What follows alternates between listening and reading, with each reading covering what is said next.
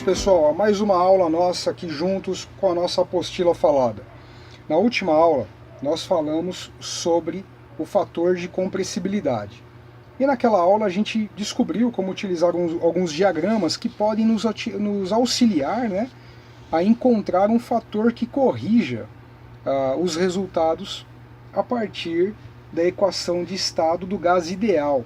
Por exemplo, utilizando o fluido de Lee-Kessler, né? O fluido de Lee-Kessler, ele acaba nos permitindo encontrar o fator Z a partir de temperatura relativa e pressão relativa. Você deve estar se perguntando, puxa, mas a gente sempre vai precisar recorrer a um diagrama, isso é meio que complicado. De fato é.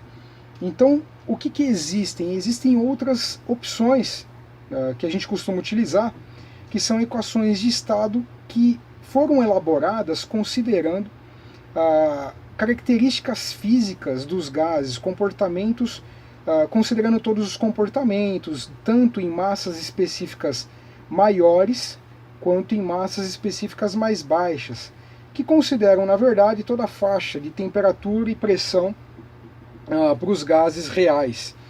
Essas equações, esses modelos, né, ou equações de estados aí, foram desenvolvidos ao longo do tempo, e nós temos alguns que são os mais utilizados, os mais empregados aí, né?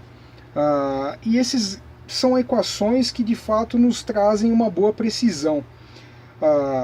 Nós temos então alguns modelos, vamos lá, o gás ideal, que é o que a gente já conhece e que desvia muito da realidade, a equação de Van der Waals, que é uma equação de estado que nos traz um resultado bem mais próximo da realidade de um gás real, né?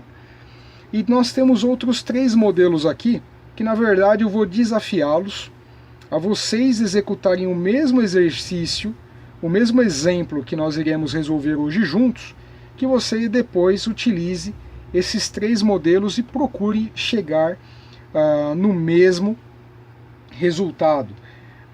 Ao você se exercitar e se esforçar aqui para aplicar essas equações de estado, você vai acabar tendo uma maior afinidade com os modelos, compreendendo o que acontece, e isso vai ser bastante interessante para o seu crescimento. Então vamos lá. A equação de estado completa que nós temos aqui é essa, olha. Em vez de só aquele nosso PV igual a nRT, ela cresceu um pouquinho e ficou aqui como P é igual a RT sobre, observe que é o R do gás, não é o R universal, RT sobre volume específico do gás menos um fator B, menos um parâmetro A, dividido pelo volume específico, mesmo que você utilizou aqui, só que ao quadrado, mais parâmetro C vezes parâmetro B, vezes o volume específico, o mesmo aqui e aqui, mais um parâmetro D vezes o parâmetro B ao quadrado. Então, como é que funciona isso daqui? Olha só, quando você quer utilizar o gás ideal, você vai colocar o parâmetro C e D igual a zero. Se você coloca C e D igual a zero, de cara esse argumento some, zero vezes qualquer coisa vai dar zero, e D vezes qualquer coisa também já deu zero. Então ficou só A sobre V ao quadrado. Ele também diz aqui, no caso do gás ideal, que B0, um tal de B0 é zero e um tal de A0 é zero também. Esse B0 define o B com esse outro argumento, e o A0 multiplicado por esse argumento define o A.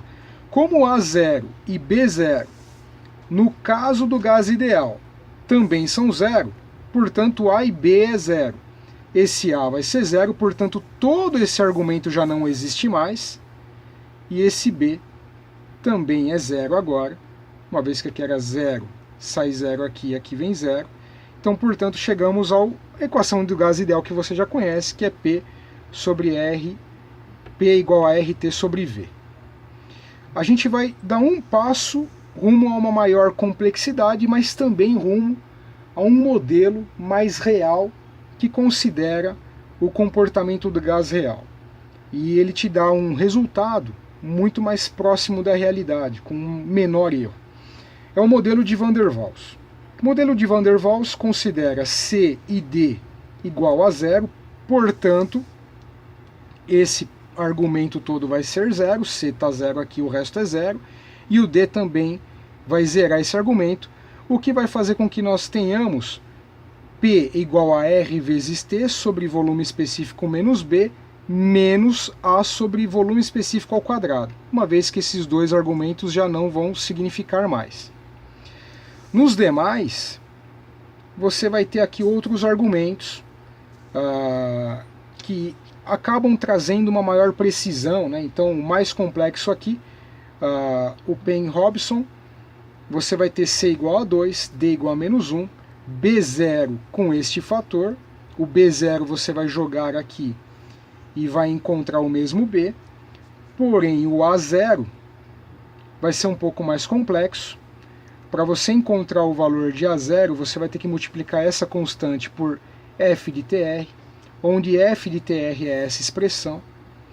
Esse fzinho, no caso do Penn-Robson, é essa expressão. Esse ômega é o fator acêntrico que você tem que descobrir para aquele gás, que é um assunto um pouco mais complexo que nós não vamos discutir aqui hoje.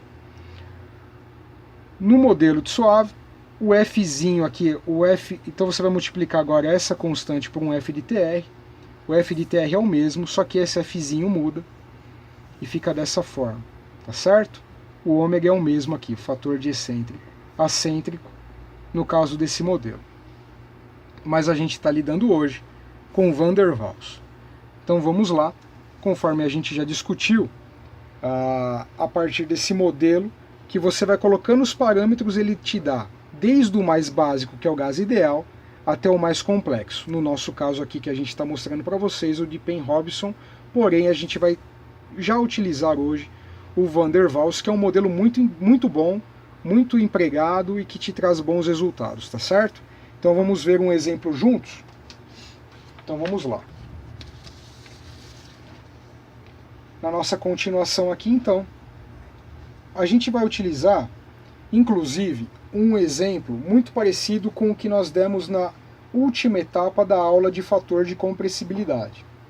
Então a gente também vai utilizar o dióxido de carbono em parâmetros parecidos com aquele, na verdade até para você poder, aquele quando eu digo é o último exercício dado na aula de fator de compressibilidade, para que você possa fazer as comparações. Então vamos lá. Nesse caso aqui a gente está interessado em descobrir P.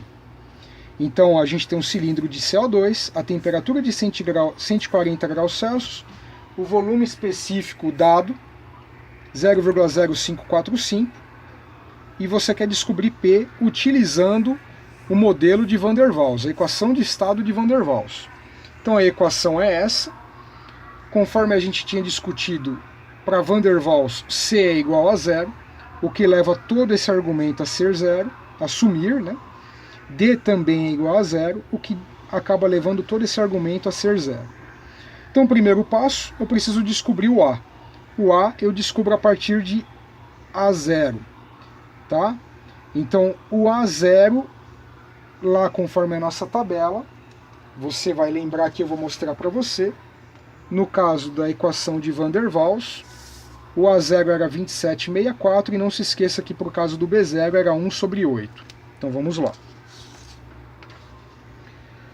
O A0 vai ser A igual a zero, R ao quadrado R do gás, vezes TC ao quadrado, temperatura crítica do gás ao quadrado, dividido pela pressão crítica, que é igual a 27,64, vezes o R do gás, no caso CO2, que a gente já tinha encontrado no final da aula anterior, ao quadrado, vezes a temperatura crítica do CO2 ao quadrado, dividido pela pressão crítica do CO2 em kPa. A gente obteve esse valor para A. Então significa que esse valor de A vai ser usado aqui, ó. No caso de B, é igual a B0RT, R do gás, não universal, é o do gás, né? Não tem o traço, vezes temperatura crítica por pressão crítica. Está aqui, valores que a gente já obteve. O resultado da equação é esse daqui. Então significa que o B, a gente vai encontrar, vai utilizar ele aqui no B. E aí, a pressão, portanto, você vai conseguir encontrar aqui é o seguinte, olha, pressão é igual a substituir os valores aqui, o R do gás, o T convertido para a temperatura absoluta, dividido pelo V menos o B, menos o A sobre o V ao quadrado, que a gente já obteve lá no enunciado do exercício, tá? O A sobre V ao quadrado, que a gente já obteve aqui.